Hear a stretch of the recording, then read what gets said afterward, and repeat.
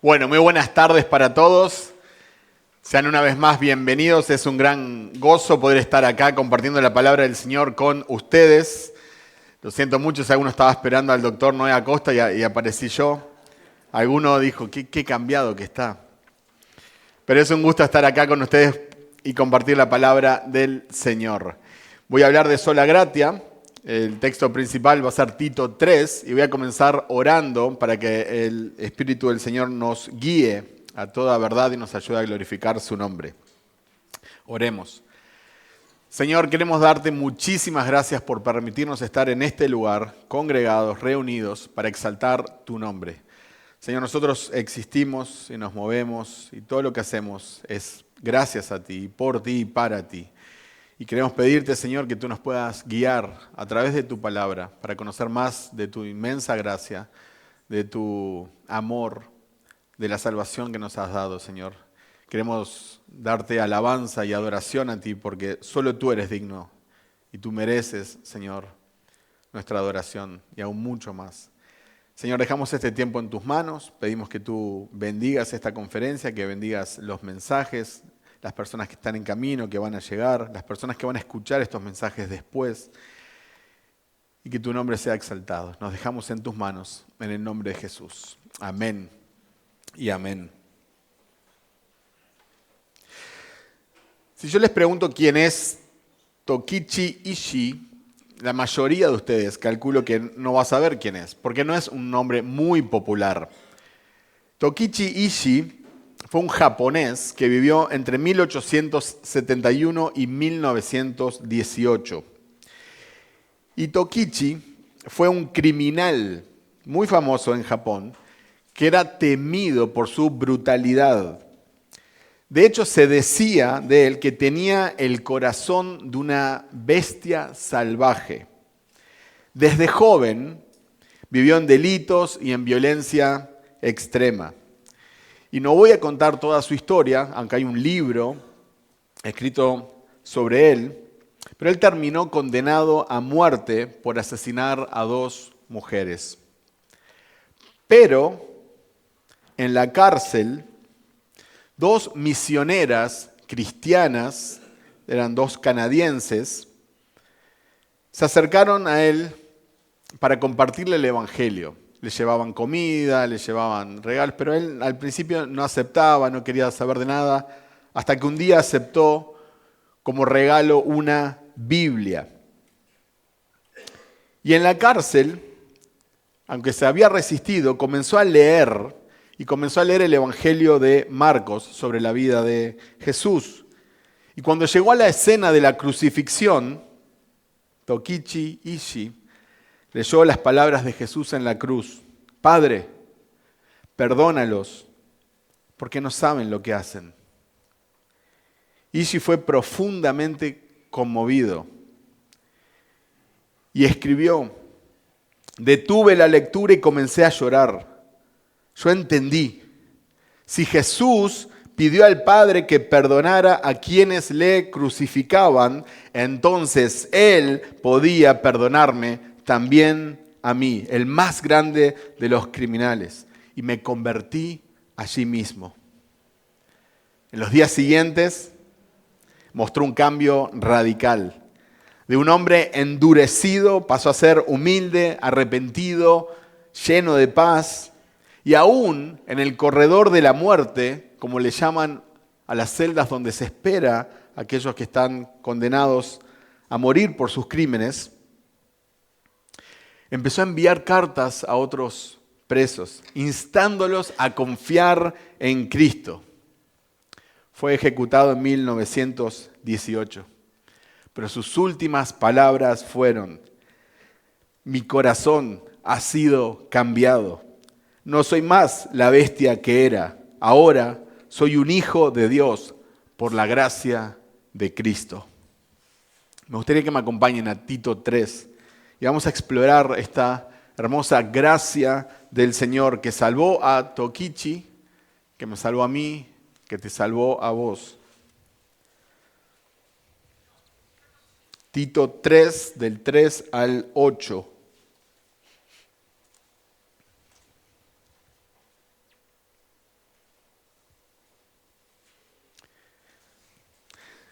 Dice así la palabra del Señor. Porque nosotros también en otro tiempo éramos necios, desobedientes, extraviados, esclavos de deleites y placeres diversos, viviendo en malicia y envidia, aborrecibles y odiándonos unos a otros. Pero cuando se manifestó la bondad de Dios nuestro Salvador y su amor hacia la humanidad, Él nos salvó. No por las obras de justicia que nosotros hubiéramos hecho, sino conforme a su misericordia, por medio del lavamiento de la regeneración y la renovación por el Espíritu Santo, que Él derramó sobre nosotros abundantemente por medio de Jesucristo nuestro Salvador, para que justificados por su gracia fuéramos hechos herederos según la esperanza de la vida eterna.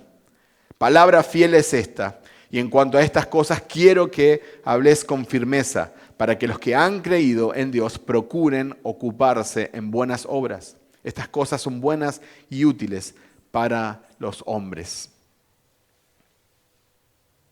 El énfasis del pasaje es que la salvación es una obra soberana de la gracia de Dios, que nos transforma de una vida de corrupción y enemistad a herederos de la vida eterna, produciendo buenas obras como fruto para la gloria de Dios.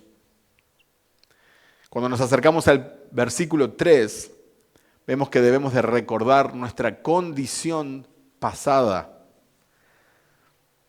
nuestra condición sin Cristo, lo que en la teología se conoce como la total depravación, incapaces de salvarnos a nosotros mismos, esclavos del pecado, sin méritos delante de Dios, con incapacidad moral y con incapacidad espiritual. Y el texto nos recuerda de nuestra propia miseria sin Cristo.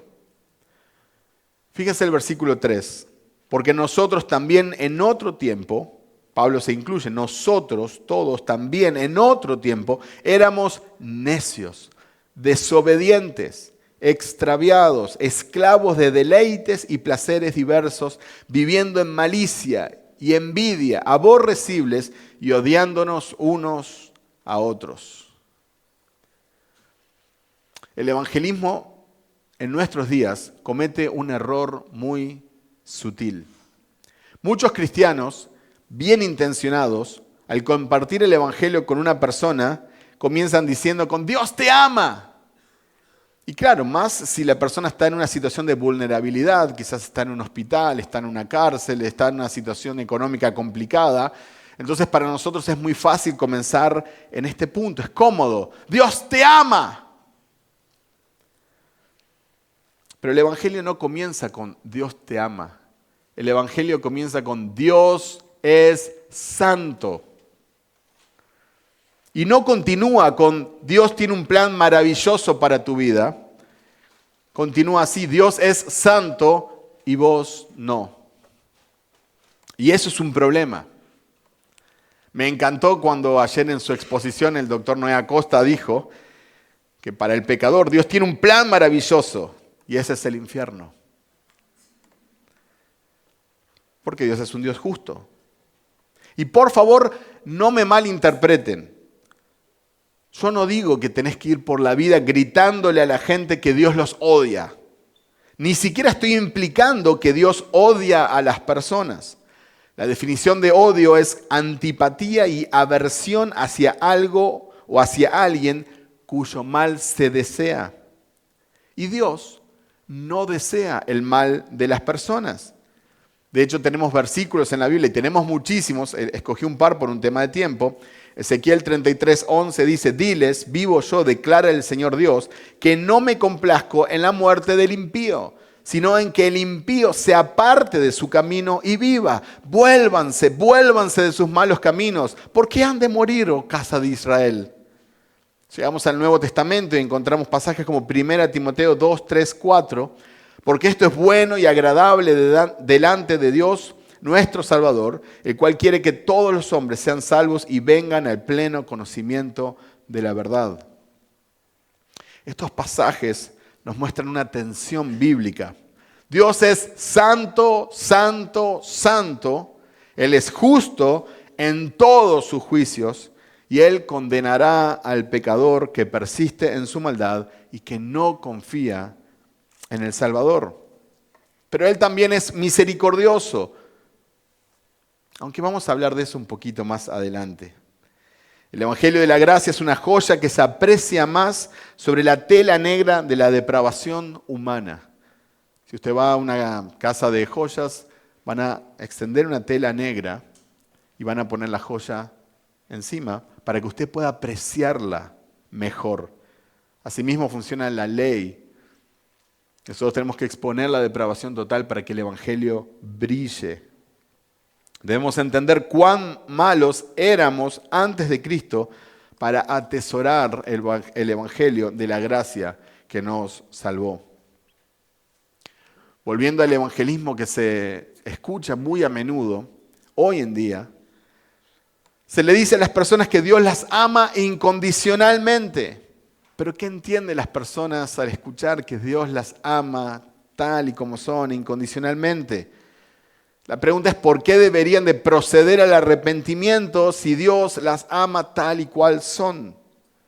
¿No es una contradicción que Dios las ame con locura? Porque mostramos muchas veces a un Dios que está como desesperado por las personas. Te ama incondicionalmente, pero te va a mandar al infierno. Dios es amor y Dios ama a las personas. Pero nosotros usamos vocabulario cristiano y las promesas del amor de Dios a sus hijos para toda persona que se nos cruza.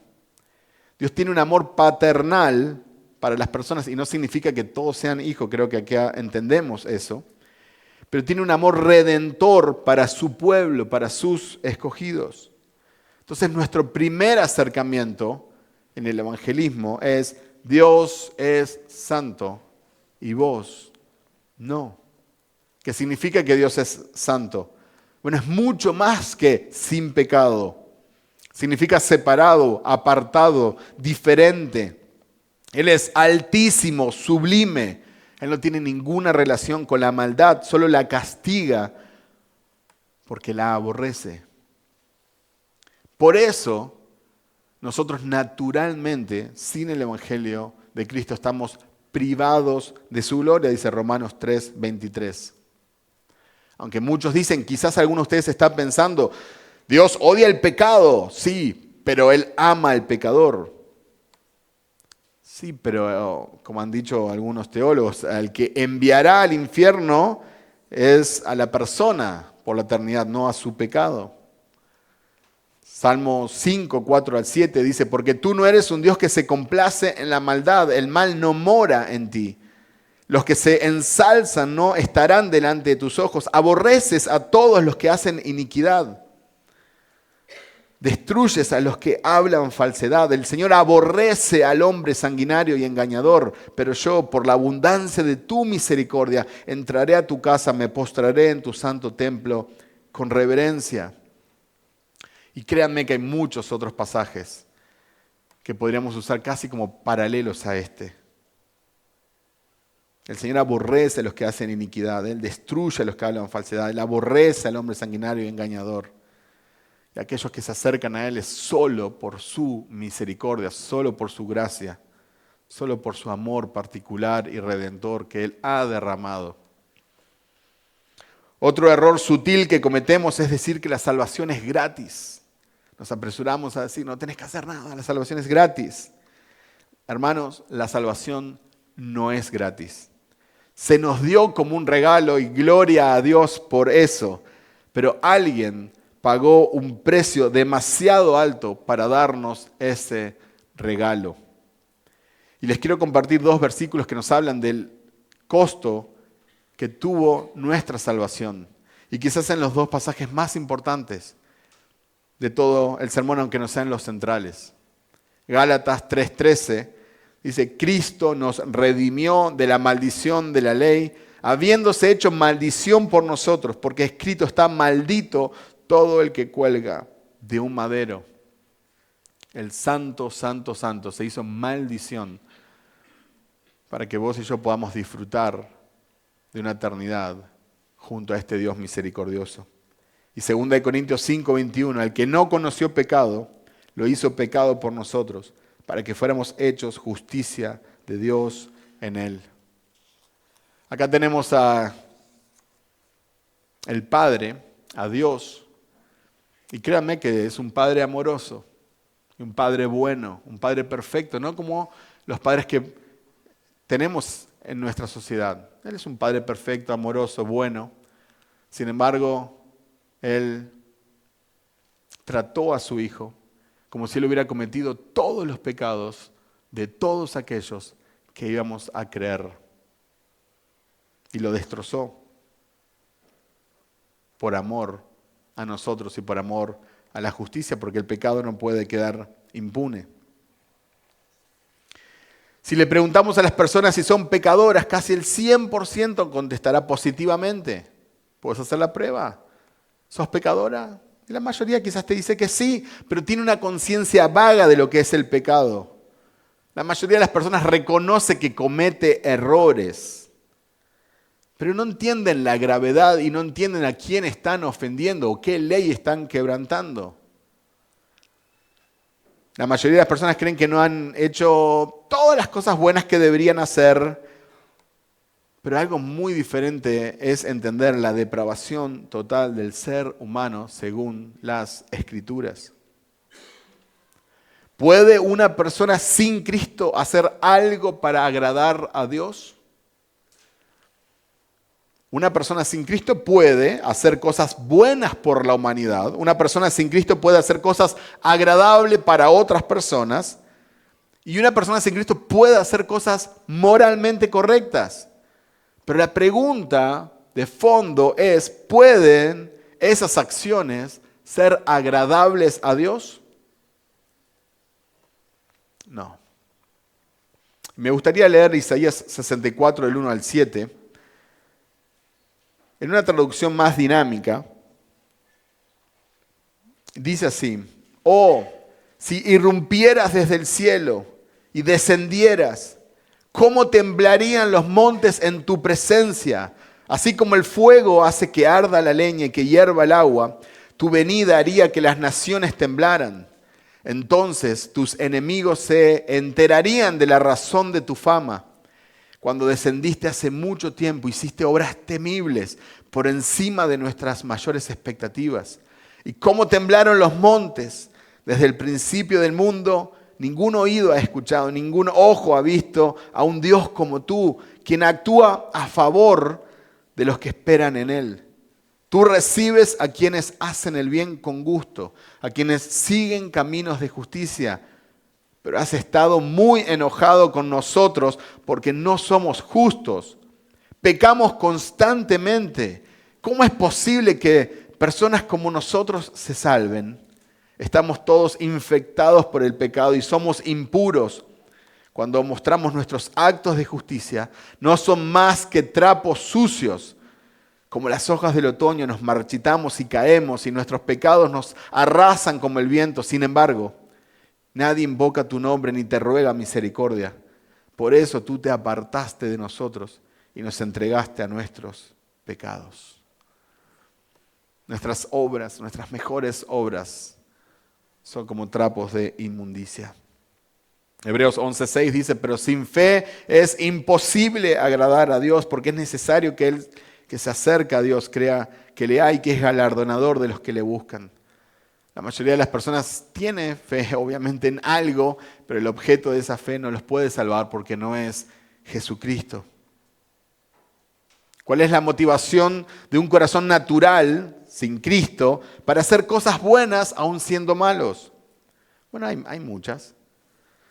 Ser exaltados por la sociedad, obtener beneficios de otras personas, calmar su conciencia que les está acusando, calmar sus corazones inquietos. Hay muchas motivaciones por las cuales las personas hacen cosas buenas, que nosotros agradecemos y que nos pueden agradar y nos pueden beneficiar, pero ellas sin fe no tienen la capacidad de agradar a Dios. Esto es simplemente profundizar un poquito en qué significa depravación total para poder entender la gracia hermosa de nuestro Dios. Timothy Keller dijo, debemos de arrepentirnos aún de las cosas buenas que hemos hecho con la motivación de ganarnos el favor de Dios. ¿Cuáles son las características de una persona antes de ser salvada, antes de ser alcanzada por la misericordia y la gracia del Señor? Según las Escrituras, están muertos espiritualmente, sin relación con Dios, están privados de su gloria, son delincuentes y pecadores, siguen la corriente de este mundo, son amigos de este sistema, son enemigos de la palabra de Dios, siguen a Satanás, son obedientes a él y desobedientes a Dios, siguen los deseos de su carne, de su naturaleza pecaminosa, y son objetos de la ira de Dios. Podríamos seguir. Queridos hermanos, la depravación total no significa que la gente sea esclava de todo tipo de pecado, que en la práctica alcance la peor pecaminosidad posible, que esté privado de su conciencia. La depravación total no significa que una persona no pueda funcionar correctamente, que no pueda ser útil, que no pueda complacer a otros seres humanos. No significa que no pueda controlar sus apetitos carnales o que no pueda hacer cosas decentes. Depravación total no significa que la persona no tenga características agradables y amables o que no pueda ser religioso o que no pueda imitar una vida cristiana. Pero me encanta la frase de William Shedd que dijo, es la completa ausencia de santidad. La depravación total es la completa ausencia de santidad, no la intensidad más alta de pecado. Un hombre depravado no es tan malo como podría ser, pero no tiene santidad, no ama a Dios por sobre todas las cosas. Hete aquí el corazón de la depravación total. Depravación es una palabra que nos suena muy fuerte a nosotros, que se usa en ciertos contextos. Entonces todos nosotros, no, yo no soy un depravado. Bueno, según esta definición, cuando Jesucristo no es tu Señor, no es tu Salvador, no confías en Él, no te has arrepentido de tus pecados, de tus ofensas a Dios, cuando no amas al Señor con todo tu corazón, cuando Él no es tu mayor tesoro, entonces sos un total depravado. Gálatas 2:21 dijo, no desecho la gracia de Dios, pues si por la ley fuese la justicia, entonces Cristo murió en vano. Hermanos, si hubiera alguna posibilidad de ser salvos cumpliendo los mandamientos o apartándonos de ciertos pecados, Cristo hubiera muerto por nada, en vano. Pero evidentemente este no es el caso, por eso el apóstol Pablo dice, yo no desecho la gracia de Dios. Él conocía el camino de la religión. Y él conocía el camino, la verdad y la vida. Agustín de Hipona dijo, oh Señor, todo lo bueno en mí se debe a ti. El resto es mi falta. Y qué gran verdad. Esto es algo común que tienen todas las religiones. Quieren acercarse a Dios por sus propios méritos. Y la motivación detrás de toda buena obra no es el amor a Dios, sino el amor a sí mismo. Nosotros, naturalmente, queremos vivir independientemente de Dios. De hecho, nos constituimos nuestro propio Dios. Romanos 7, del 7 al 8, dice, la mentalidad pecaminosa es enemiga de Dios, pues no se somete a la ley de Dios, ni es capaz de hacerlo. Los que viven según la naturaleza pecaminosa no pueden agradar a Dios. Entonces, hermanos, ¿qué esperanza nos quedan? Dios tiene que intervenir en nuestra rebeldía. Dios tiene que intervenir en nuestra rebeldía. Es un imperativo, porque no tenemos otra opción, porque naturalmente somos totalmente depravados y no deseamos, no amamos, no buscamos.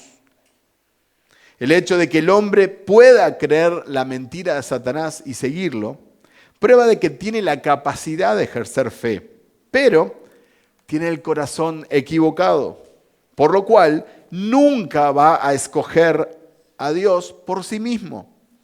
Su incapacidad de elegir a Dios radica en que no quiere escoger a Dios, porque rechaza a Dios, porque aborrece a Dios.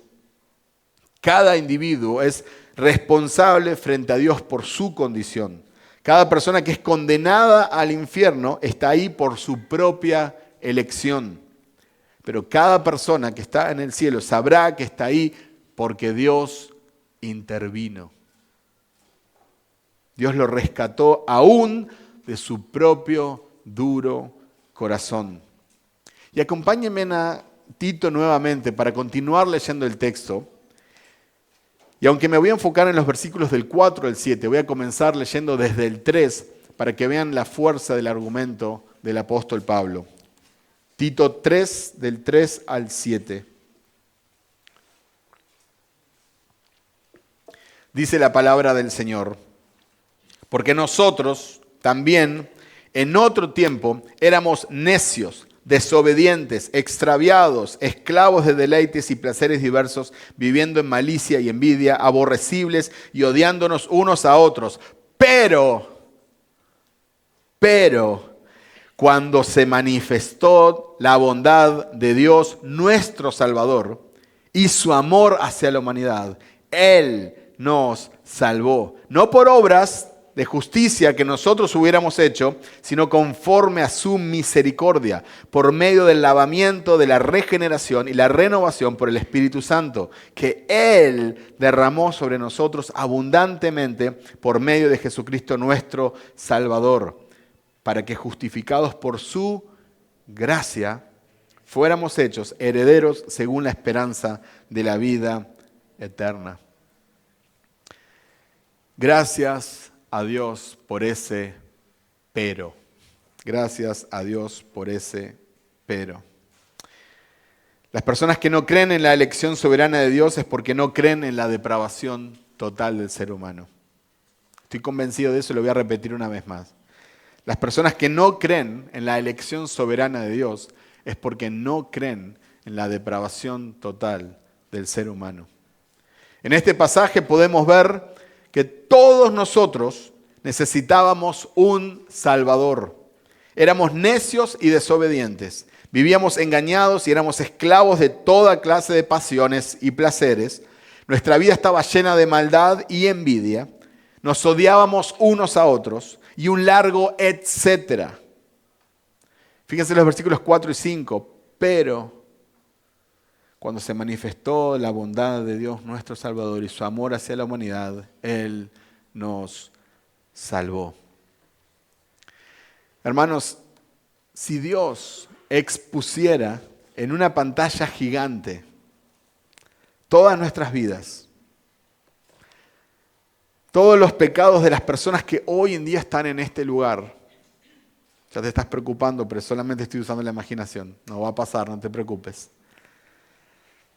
Si Dios expusiera en una pantalla gigante todos los pecados de las personas que estamos acá sentadas, las miserias con las que luchamos hoy día a día, si se pudiera ver la falta de integridad, la falta de oración, la falta de devoción, si todos nosotros supiéramos de dónde nos rescató el Señor y cómo lo ofendíamos, la verdad es que nos asustaríamos y saldríamos corriendo solo de saber con qué clase de monstruos estamos sentados o con qué clase de monstruos ha rescatado el Señor. Y por supuesto también correríamos por la vergüenza de que la gente conozca nuestra depravación total. Pero, y gracias a Dios por los peros, Dios, nuestro Salvador, dio a conocer su bondad y su amor. Nos salvó, no porque hicimos buenas obras, nos salvó por su misericordia. Nos lavó, quitando nuestros pecados y nos hizo nacer de nuevo. Él derramó su Espíritu sobre nosotros en abundancia por medio de Jesucristo nuestro Salvador. Nos dio una vida nueva por medio del Espíritu Santo. Por su gracia Él nos hizo justos, santos, inocentes a sus ojos. Nos dio la seguridad de que vamos a heredar la vida eterna. Por eso cada domingo, en lugar de poner ahí fotos de nuestro pasado, nosotros ahí ponemos canciones, himnos, alabanzas que exaltan la gracia de Dios, que exaltan el Evangelio que nos salvó. Y cantamos juntos a una sola voz de cuán grande es nuestro Dios, cuán misericordioso.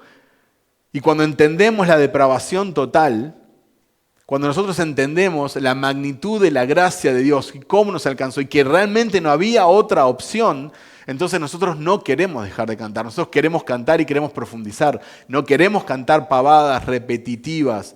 No queremos solamente ser motivados. Nosotros queremos conocer este Evangelio. Queremos conocer a nuestro Salvador. Queremos conocer a nuestro Dios. Porque entendemos que no merecíamos nada. Todo lo contrario, lo que merecíamos no se nos ha dado. Pero, Dios es bueno. Hermanos, debemos aferrarnos a la gracia de Dios. La teología se conoce como gracia irresistible o gracia eficaz. Él nos salvó no por nuestras buenas obras. Él nos salvó no por nuestros méritos. Él nos salvó a pesar de nosotros. Me encanta una frase de R.C. Sproul que dice: la gracia de Dios es tan poderosa que tiene la capacidad de vencer nuestra resistencia natural hacia ella. Así de grande es nuestro Dios. Su gracia vence, destruye, conquista nuestra incredulidad y nuestra resistencia y nuestro orgullo y nuestra soberbia. Porque si dependiera de nosotros, nosotros seguiríamos siendo objetos de ira. Pero Dios nos salvó conforme a su misericordia, versículo 4. Dijimos que Dios aborrece el pecado y al pecador no arrepentido. Su santidad exige juicio, pero en Cristo se revela su misericordia. Él llama a las personas a la fe y al arrepentimiento para que vivan. Porque Él no se complace en la muerte del impío. Él quiere que vivan. Y en este pasaje de Tito podemos apreciar que la obra soberana de Dios en nuestra salvación es real y tangible. ¿Cuál es la motivación? Su bondad y su amor. ¿Cuál es el medio? La regeneración y la renovación por el Espíritu Santo. ¿Cuál es el resultado? Justificación y herencia de vida eterna. Hermanos, esto es lo que nosotros conocemos como el Evangelio de la gracia de Dios. Y este Evangelio de la gracia de Dios está diseñado para que solo Dios se lleve la gloria. Está diseñado para destruir el orgullo del hombre. Está diseñado para que no exista esperanza alguna fuera del Evangelio. Está diseñado para que el pecador tenga que rendirse ante el señorío de Cristo. Está diseñado para exaltar la gracia de Dios. Está diseñado para mostrar que solo Cristo puede salvar y que no hay salvación fuera de Él. Este es el hermoso Evangelio de la gracia de Dios. Acompáñenme, por favor, un pasaje paralelo prácticamente a Tito. Es Efesios 2, del 1 al 9.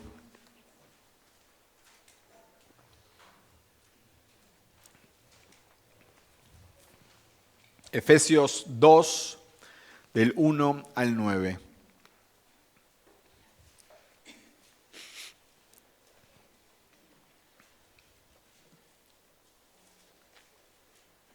Dice así la palabra del Señor. Y Él les dio vida a ustedes que estaban muertos en sus delitos y pecados, en los cuales anduvieron en otro tiempo según la corriente de este mundo, conforme al príncipe de la potestad del aire, el espíritu que ahora opera en los hijos de desobediencia. Entre ellos, también todos nosotros, en otro tiempo, vivíamos en las pasiones de nuestra carne, satisfaciendo los deseos de la carne y de la mente, y éramos por naturaleza, hijos de ira, lo mismo que los demás. Pero Dios, que es rico en misericordia, por causa del gran amor con que nos amó, aun cuando estábamos muertos en nuestros delitos, nos dio vida juntamente con Cristo. Por gracia ustedes han sido salvados. Y con Él nos resucitó. Y con Él nos sentó en los lugares celestiales en Cristo Jesús, a fin de poder mostrar en los siglos venideros las sobreabundantes riquezas de su gracia por su bondad para con nosotros en Cristo Jesús. Porque por gracia ustedes han sido salvados por medio de la fe. Y esto no procede de ustedes, sino que es un don de Dios, no por obras, para que nadie se gloríe. Qué lindo es leer este pasaje tan común, tan popular, que lo hemos leído tantas veces, a la luz de Tito, a la luz de la depravación total. Nosotros somos totalmente depravados, pero Dios es misericordioso, lleno de gracia, lleno de amor, lleno de bondad. No merecemos la salvación eterna de nuestra alma, no merecemos perdón para nuestros pecados, no merecemos comunión eterna con Dios. Pero déjenme decirles que gracia es mucho más que simplemente no merecemos la salvación. Es mucho más. Porque nosotros no estábamos buscando a Dios. Y Dios se apiadó de nosotros porque lo buscábamos intencionalmente. No estábamos buscando a Dios. No hay nadie que busca a Dios. Creíamos que no teníamos necesidad de Él. Fíjense cuán necio éramos. Nosotros no veíamos la necesidad que teníamos del Dios vivo del universo. Creíamos, de hecho, que el universo giraba alrededor nuestro.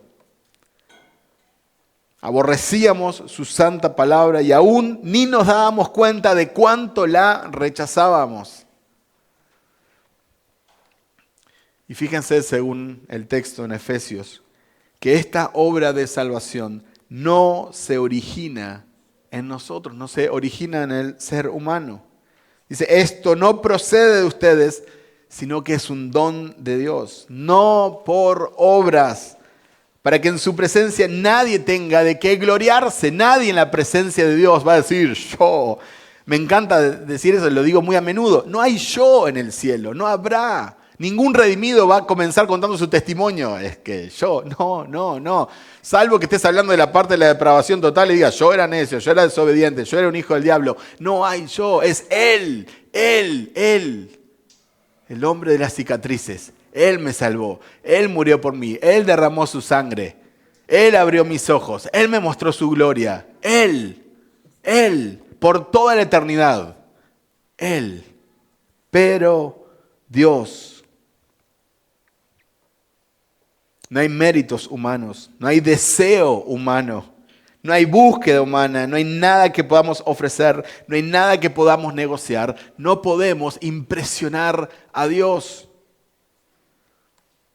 Jonathan Edwards dijo, no aportás nada para ser salvo, excepto lo que hizo necesaria tu salvación, tu pecado.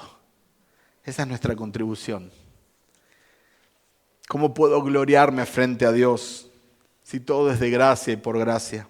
Fue Él quien cambió mi naturaleza para que yo pudiera aceptarlo. Fue Él quien me dio un nuevo corazón.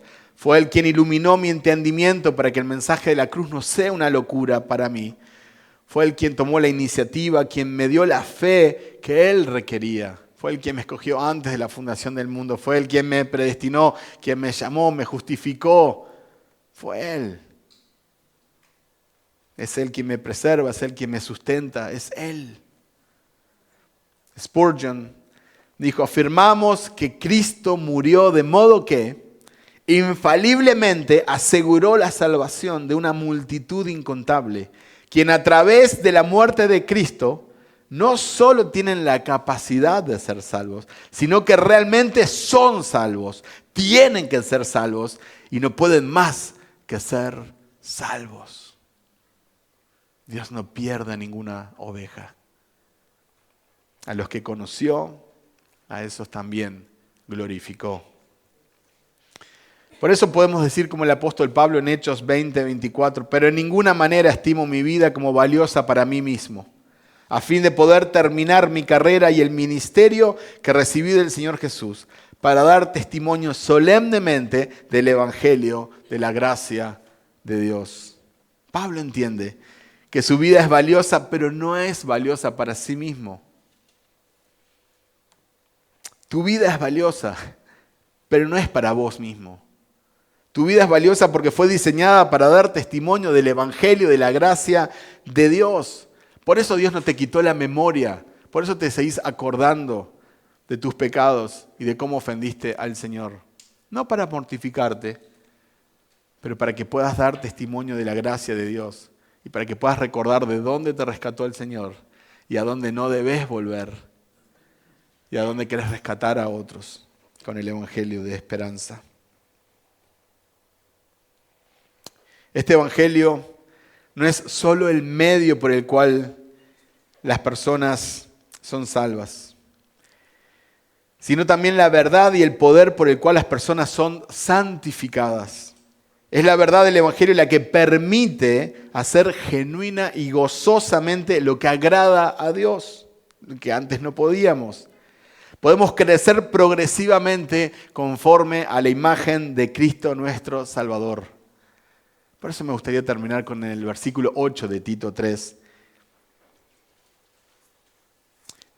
Palabra fiel es esta, y en cuanto a estas cosas quiero que hables con firmeza, para que los que han creído en Dios procuren ocuparse en buenas obras. Estas cosas son buenas y útiles para los hombres.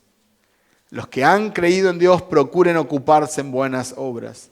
Esto también es casi un paralelo de Efesios 2:10, que después de leer de cómo somos salvos por gracia, por medio de la fe, dice, porque somos hechura suya, creados en Cristo Jesús para hacer buenas obras, las cuales Dios preparó de antemano para que anduviésemos en ellas. Hermanos, la gracia que nos salvó nos llama a vivir una vida consecuente. Esto en la teología se conoce como santificación. La gracia que salva produce buenas obras. La gracia que no transforma no es gracia salvífica. No son la base de la salvación, son una evidencia. No es la raíz de la salvación, son los frutos de ser salvos. Porque la fe verdadera se evidencia en buenas obras. Entonces quiero terminar con unas breves aplicaciones para los creyentes. Humildad, hermanos, humildad. Recordad de dónde te ha rescatado el Señor. Seguridad. Nuestra salvación no depende de nuestras obras, sino de la gracia soberana de Dios. Y el que comenzó la buena obra la va a terminar. Santificación. La gracia nos capacita a vivir en buenas obras como fruto natural de la fe. La gracia de Dios no solo nos salva del castigo del pecado, sino también del poder del pecado. Entonces no te desanimes, busca la victoria, clama a Cristo. Tokichi Ishii, ¿recuerdan? Pablo, vos, yo, tenemos por lo menos dos cosas en común. Cristo Jesús vino al mundo para salvar a los pecadores, entre los cuales yo soy el primero. Y Tokichi dijo, yo soy el peor criminal. Y Pablo dijo, no, vos no perseguiste a la iglesia, yo soy el peor. Y vos ahí podés decir también, no, vos no sabés de dónde me rescató el Señor. Pero lo segundo que tenemos en común es Romanos 5:20, donde el pecado abundó, sobreabundó la gracia. Por eso nosotros clamamos sola gratia. Por eso nosotros hablamos de la gracia. Por eso nosotros cantamos de la gracia. Y por eso nosotros predicamos la gracia. Porque nosotros fuimos rescatados solo por gracia. Y queremos que Cristo solo sea exaltado y se lleve toda la honra y toda la gloria. Amén. Oremos.